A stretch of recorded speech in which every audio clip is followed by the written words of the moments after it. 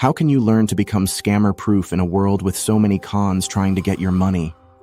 You become scam smart when you learn about the most common scams, but also when you understand your own desire to trust others, help others, enjoy online convenience, or get what you want.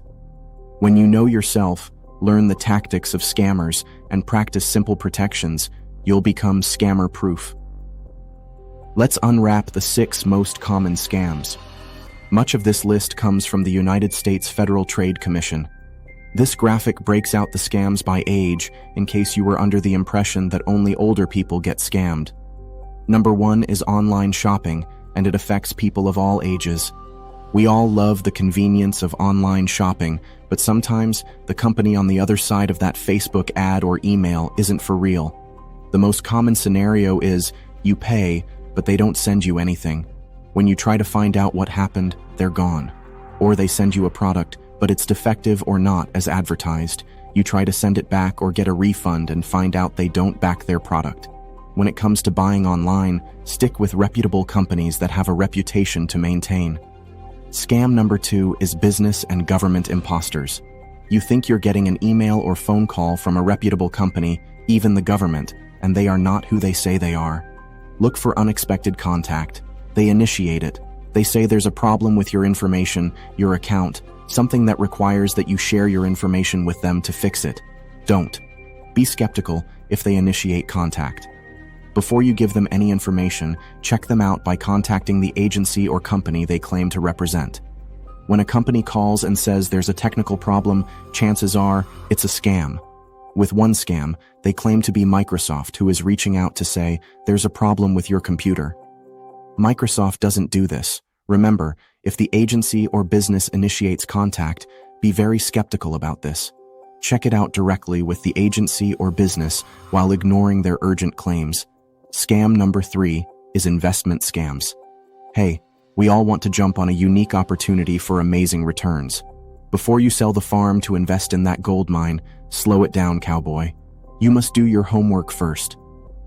Lately, it's crypto scams, but the investment scam has been going on for a long time. When someone wants to get rich quickly, greedy, and they have confidence in the pitchman, you might be surprised at how easily people fall for an investment scam. You can see from the FTC graph that younger people tend to fall for this one. Once they gain your trust, social media influencers might be the ones to share a unique opportunity that won't last long. Remember, when your greed is combined with confidence in the pitchman, you are vulnerable to act quickly. Don't. Speaking of don't, scam number 4 is the romance scam. She's hot, and she's interested in you. She has your interest, later your trust, and then your money. And you've never met her. It isn't just men who fall for this. Watch for the following to spot the romance scam. They ask to move communications away from dating websites to text or email. They ask a lot of personal questions about you while avoiding specific questions about them. They attempt to establish a bond quickly. For example, they may give you an endearing pet name or tell you that they've never felt like this before. They groom you for financial help by telling you victim stories about a setback or financial struggle. They're gauging how you react. If you're empathetic like most people, they move to the next stage, which is they ask for financial help. Or they say they want to meet you but lack the financial means. Protect yourself by performing a reverse image search of their profile photo. If it belongs to someone else, cut them off. If they prefer email and send you something with links for attachments, don't click it. It could be a scam website designed to steal your information. That brings us to scam number 5, and that's the prize scam. Who doesn't want that free prize that you've already won? Yes, older people are the most likely to fall for this. It starts with the announcement that you've already won, then follows with the ask for personal information so they can send it to you. If they send you the prize without you providing any information, especially bank accounts, you might have won that lamp you've always wanted.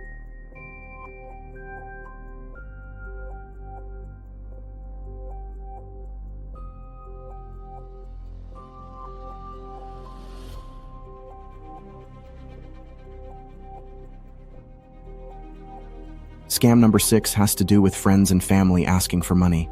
Fake social media profiles make this possible. If a friend or family asks for money, make sure it's actually them. Even if it is them, this may also be a scam. Let me explain. Related to the friend and family scam is what some call the pig scam. That's when someone fattens you up with a gift to later go for the grift. You might know them or not, but the con is simple. Give someone something, then, with trust, ask for a gift. My former housekeeper did this. She often brought me flowers or food when she came to clean. I was delighted, until she started asking for help with a variety of personal and family problems. We are friends, right? Her asks started relatively small, but then grew to the thousands of dollars. The pattern was, I ask until I get a no, then back off. Like a mosquito, I return for more. Later, she asked again, but with a bigger victim story and usually a bigger dollar amount. Rinse and repeat. I kept telling her no to the point of her becoming angry, even threatening me. Don't let the door hit you on the way out. The no reveals who your friends are. Real friends understand. If you get an angry or threatening response, you're the victim of a scam. When I was in a fundamentalist religion, we built friendships so that we could later sell our version of Christianity to them. It was deceptive.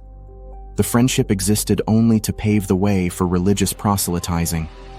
When they weren't interested in our religion, the friendship fell apart.